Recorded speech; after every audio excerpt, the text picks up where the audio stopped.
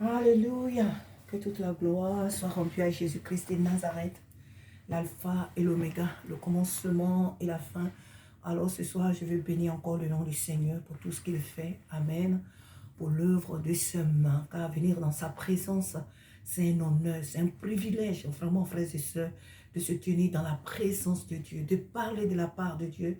C'est un grand honneur. Et pour moi, ça vaut plus que toutes les perles précieuses de ce monde. Parler de la part du Seigneur. Vois Dieu me parle, viens, vois Dieu parler à mon frère, à ma soeur, au travers de moi, de ma petite personne. J'avoue vraiment qu'il n'y a rien de plus glorieux, de plus merveilleux que cela. Alors je lui rends toute la gloire cet après-midi, sinon ce soir, alléluia, pour tout ce qu'il fait et pour tout ce qu'il fera encore au travers de moi, au travers de toi, au travers de son peuple, que nous sommes pour l'édification de son corps, à travers le monde entier, que toute la gloire lui soit rendue parce qu'il est fidèle. Amen, amen, amen.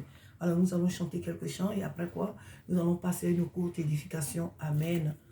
Que Dieu soit béni. Alors, nous allons choisir ce chant qui dit Alléluia.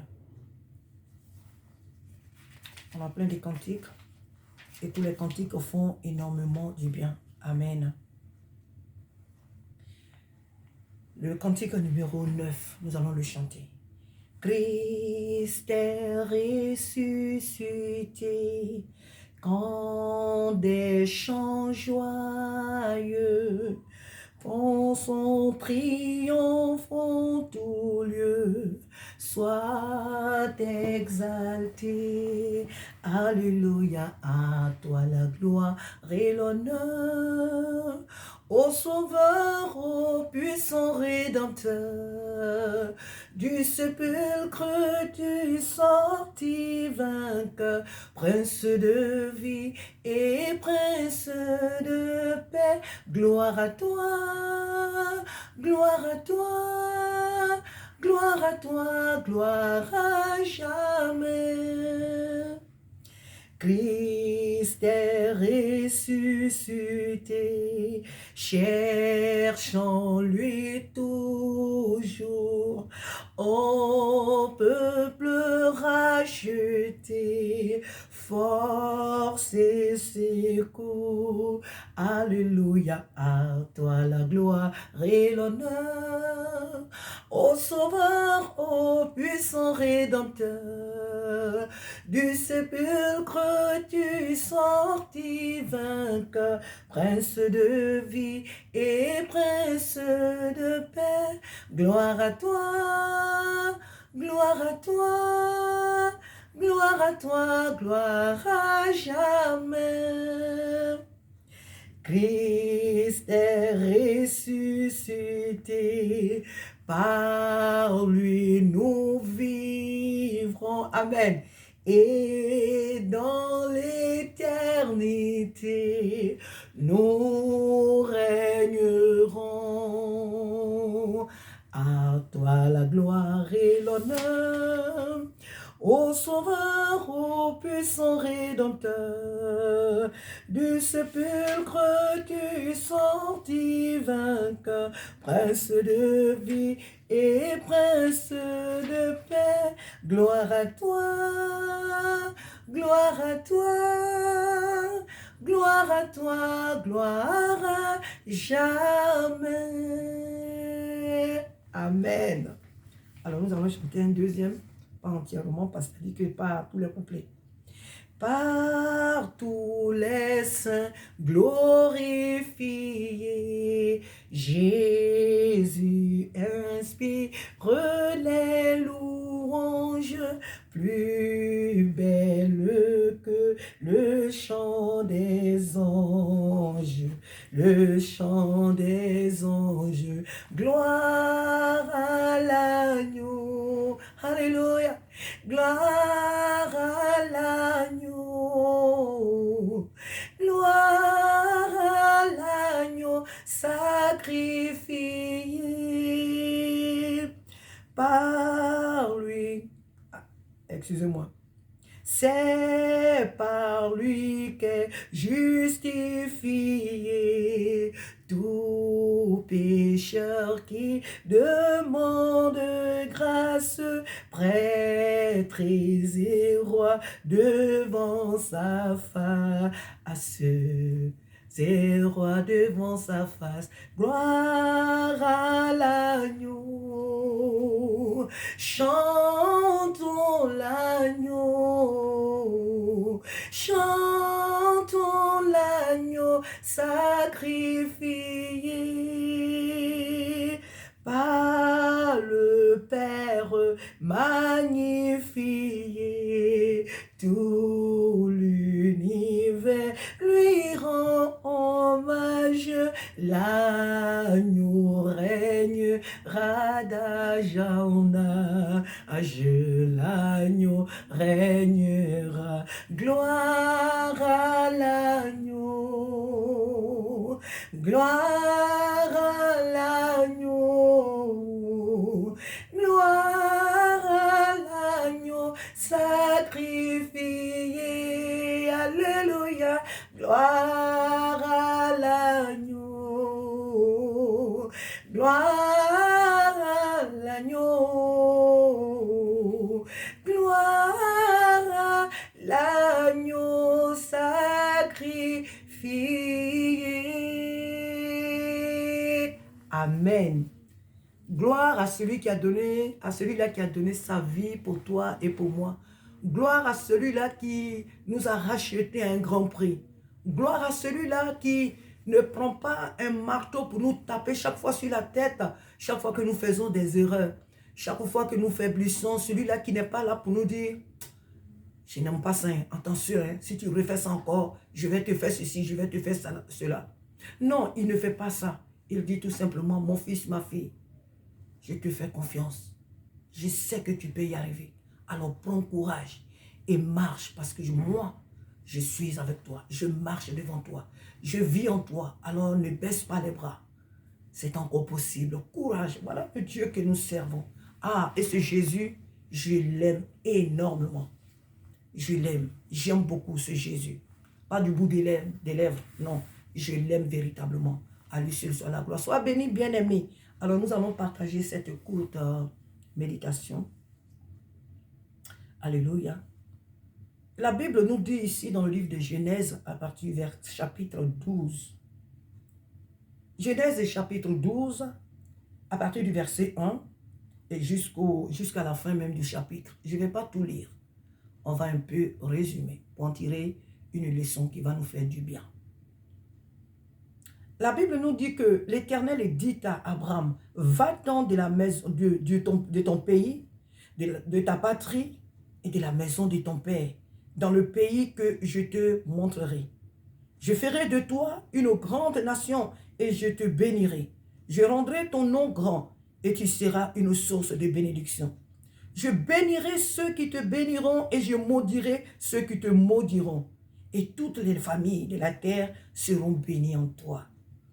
Abraham partit comme l'Éternel le lui avait dit, et Lot partit avec lui.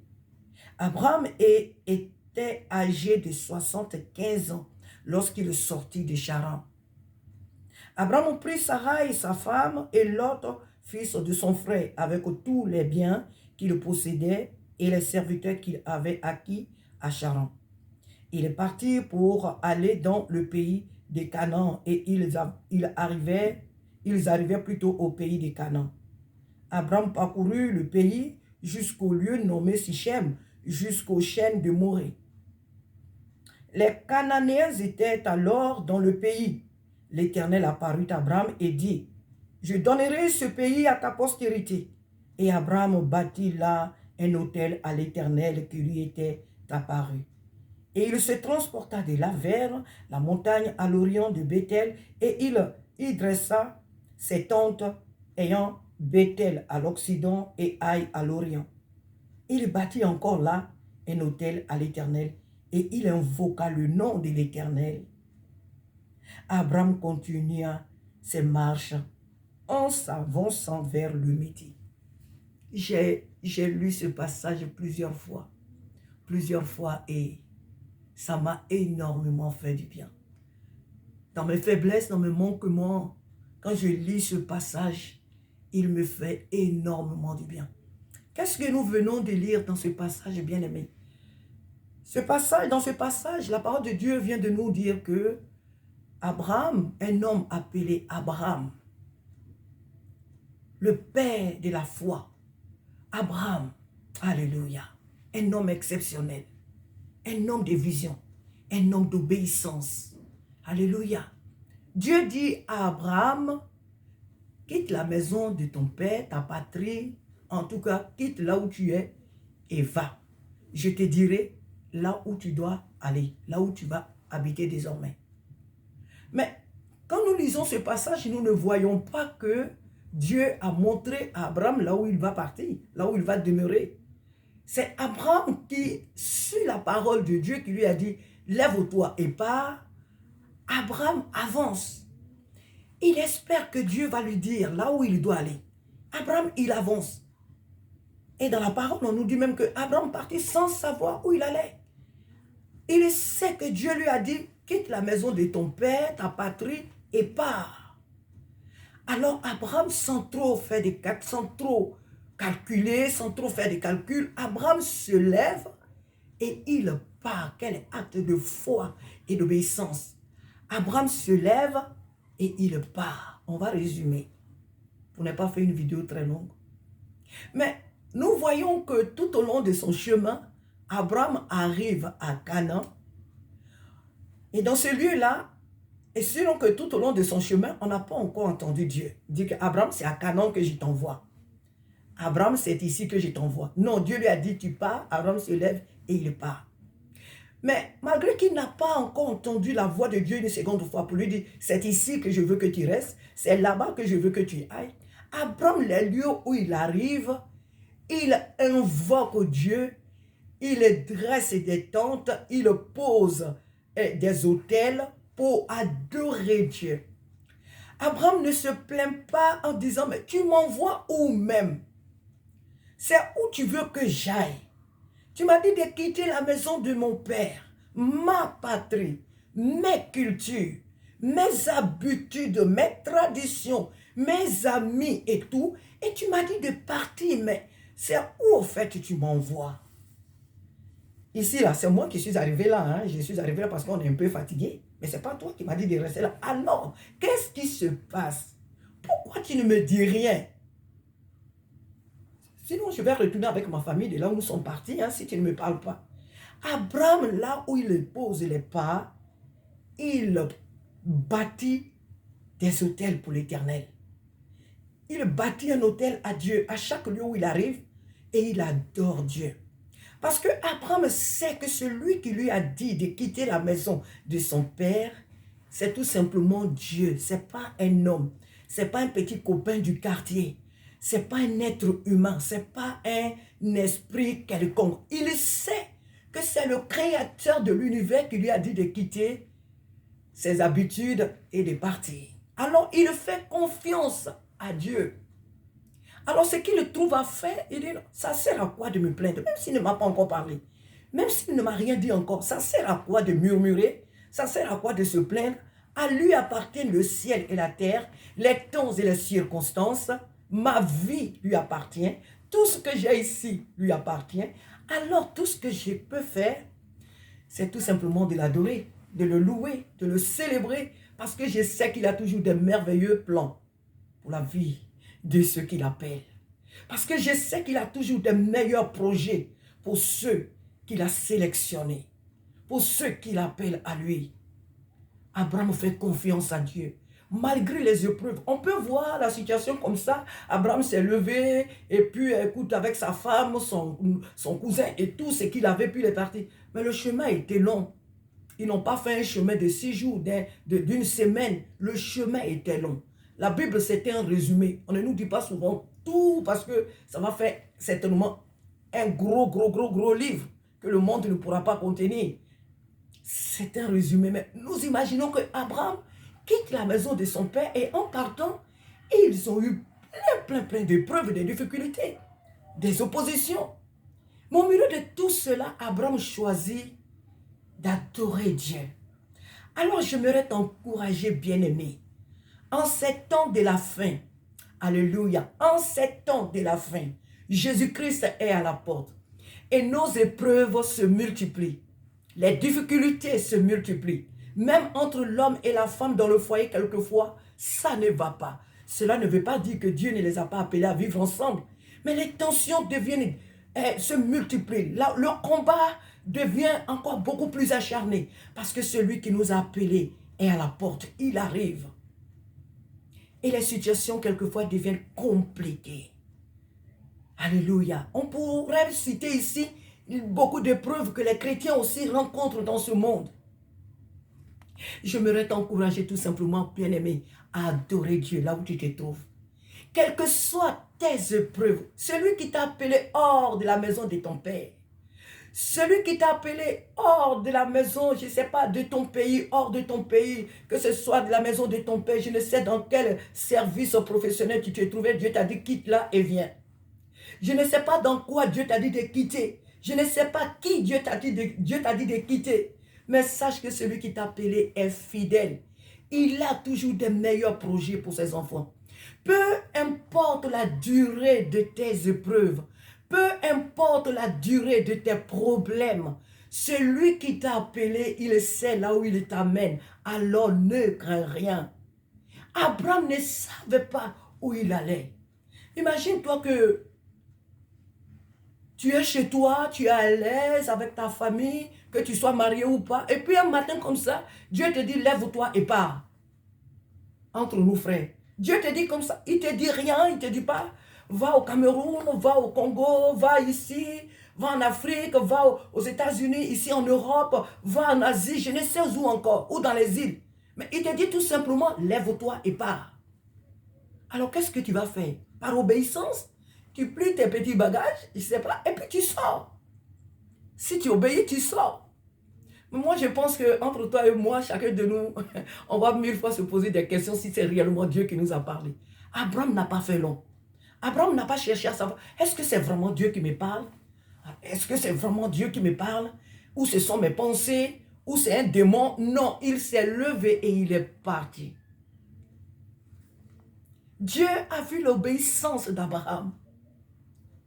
Dieu a vu l'intérêt que Abraham a porté à sa vision. Et il l'a béni. La parole que Dieu donne à Abraham, c'est que je vais te bénir. Je vais faire de toi le père d'une multitude. Je bénirai ceux qui te béniront et je maudirai ceux qui te maudiront. Voici la parole que Dieu nous donne souvent quand il nous envoie. Je suis avec toi. Ne crains pas. Je suis avec toi.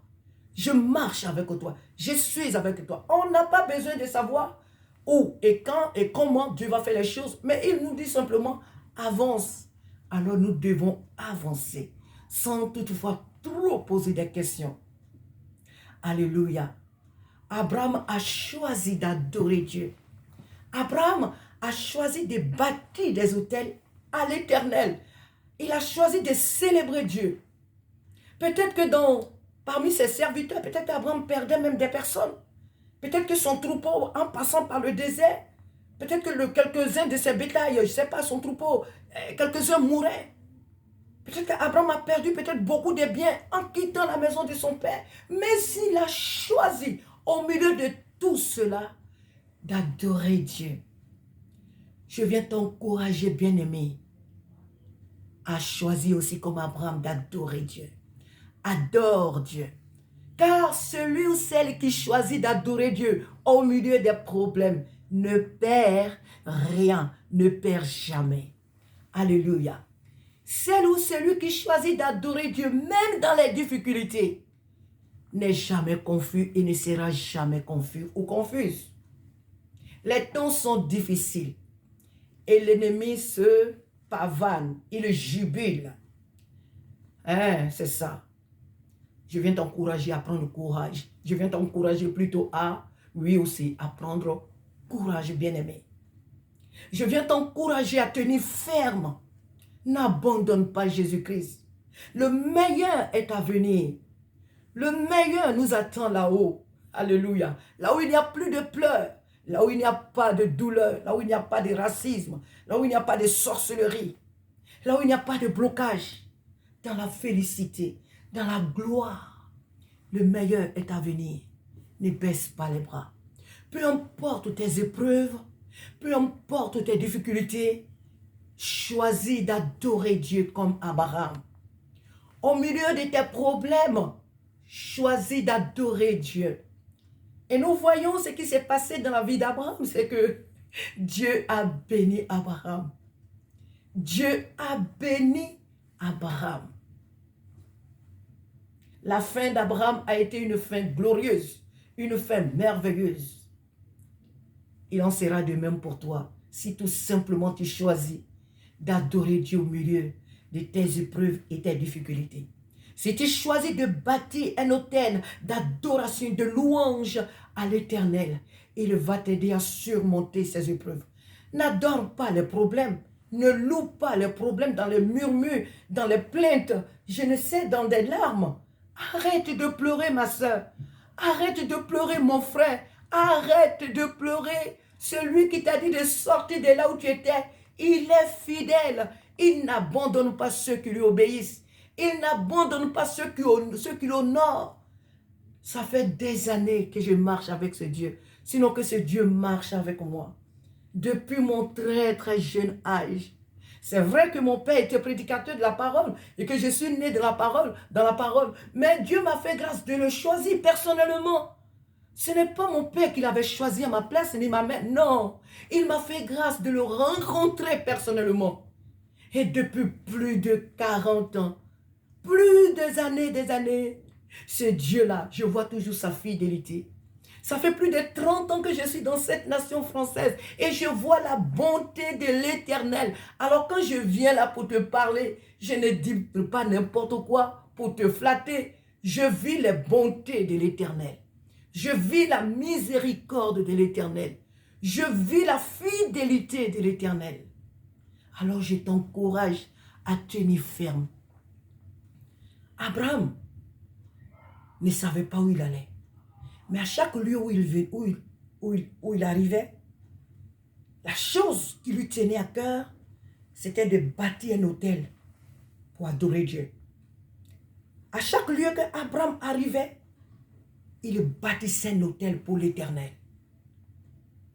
Au cours de ta vie, peu importe ce que tu es en train de traverser, choisis de bâtir des autels à l'Éternel. Et ton autel, c'est ta louange, ton adoration chaque jour. Que tu sois malade, que ton mari soit parti, que ta femme soit partie, que tes enfants soient partis, que ton travail soit parti, que tes amis soient partis. Et je ne sais quoi encore. Choisis de bâtir l'autel de l'adoration pour dire à Satan que ma joie ne dépend pas de ces choses. Parce que ces choses-là, parce que ces situations-là ne sont que des choses. L'apôtre Paul, je crois qu'il a dit quelque part, qui nous séparera de l'amour de Dieu?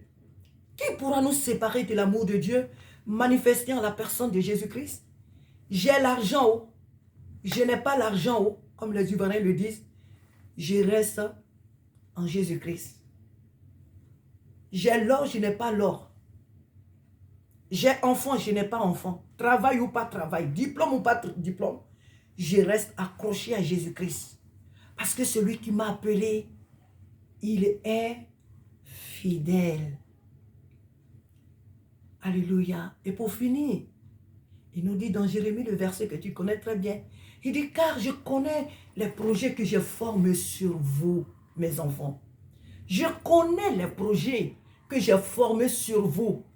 Projet de paix. Oh, dans ce mot paix, il y a tout, il y a tout, il y a tout. Projet de paix et non de malheur, afin de vous donner un avenir et de l'espérance.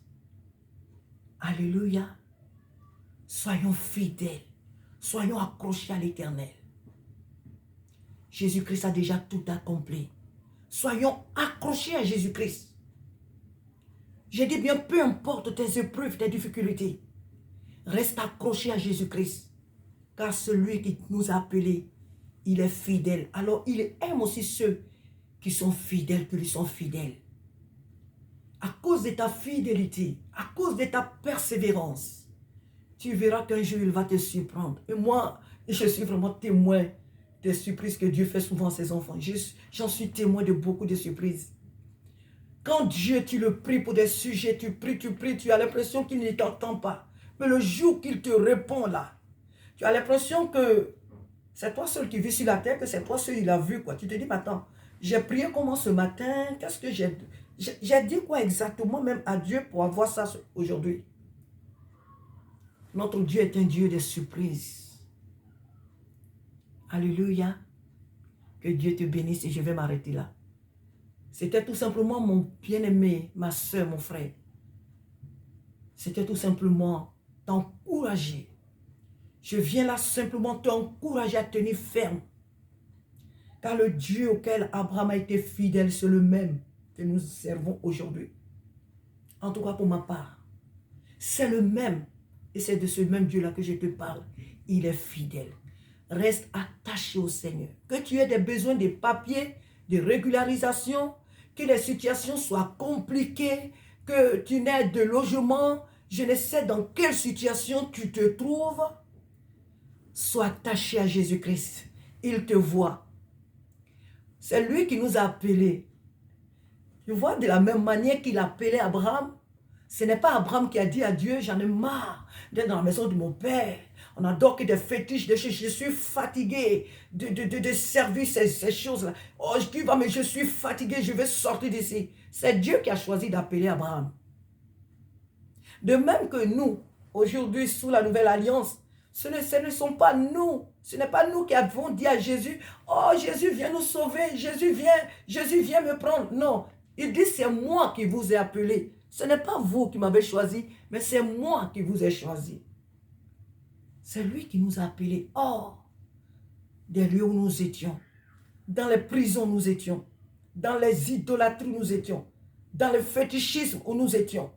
Dans les problèmes dans lesquels le diable nous avait mis, où nous étions esclaves. C'est lui qui est venu nous enlever de ces choses et qui nous a appelés à lui. Alors il connaît mieux nos besoins plus que nous-mêmes. Il est fidèle. Je t'invite à rester fidèle comme Abraham, notre Père. À rester fidèle à ce Dieu. Bâtis-lui un autel de louange et d'adoration au milieu de tes épreuves. Et tu verras sa gloire. Amen. Amen. Alors, je me vais chanter ce petit chant pour finir. Ne crains pas la tempête, reste tranquille, la paix viendra. Relève donc la tête, regarde à Jésus, sois plein de foi. Qu'importe l'adversaire, chasse la crainte, il est vaincu. Au nom puissant de Jésus, l'ennemi s'enfuit, tu es vainqueur. Ne crains pas la tempête, reste tranquille, la paix viendra. Relève donc la tête, regarde à Jésus, sois plein de foi. Qu'importe l'adversaire, chassez la crainte, il est vaincu, au nom puissant de Jésus, l'ennemi s'enfuit, tu es vainqueur. Au nom puissant de Jésus, l'ennemi s'enfuit, tu es vainqueur. Amen. La Bible dit, résistez au diable et il fuira loin de vous. Courage bien-aimé. Celui qui t'a appelé est fidèle. Nous ne sommes pas seuls. Il revient bientôt nous chercher. Alors prenons courage. Pour toi qui n'as pas encore accepté Jésus-Christ comme ton Seigneur et ton Sauveur, et qui cherche la solution de tes problèmes entre les mains des hommes, toi qui comptes sur la force humaine pour sortir, toi qui comptes sur tes connaissances pour sortir de cette situation, je t'invite à donner ta vie à Jésus-Christ, car lui seul est la solution à tout, sinon de tous nos problèmes. Jésus-Christ a encore les mains ouvertes. Il te tend encore ses mains. Ses bras sont grandement ouverts pour t'accueillir. jeune homme, jeune fille, monsieur, madame, donne-lui ton cœur, donne-lui ta vie et tu seras sauvé. Jean 3,16, la Bible dit, car Dieu a tellement aimé le monde qu'il a donné son Fils Jésus-Christ afin que quiconque croit en lui ne périsse point, mais qu'il ait la vie éternelle. Oh, les temps sont finis. Les temps sont finis. Viens à Jésus-Christ. Donne-lui ton cœur et tu seras sauvé. Dis-lui tout simplement, Seigneur Jésus, fais-le dans ta chambre, fais-le dans ton lieu secret. Viens, fais de moi ton enfant. Pardonne tous mes péchés. Pardonne tous les crimes que j'ai commis. Et je te prie, viens dans mon cœur. Fais de moi ton enfant. Pardonne-moi et fais de moi ton enfant. Et conduis-moi dans une église où je vais partager la communion avec mes frères et mes sœurs. Que Dieu te bénisse, c'est gratuit. Tu n'as rien à payer. Confesse-le tout simplement de ta bouche. Et le Seigneur Jésus viendra à toi. Que Dieu nous bénisse et que sa paix soit au milieu des difficultés, des épreuves. Que sa présence soit notre force et notre soutien. À très bientôt. Amen. Alléluia.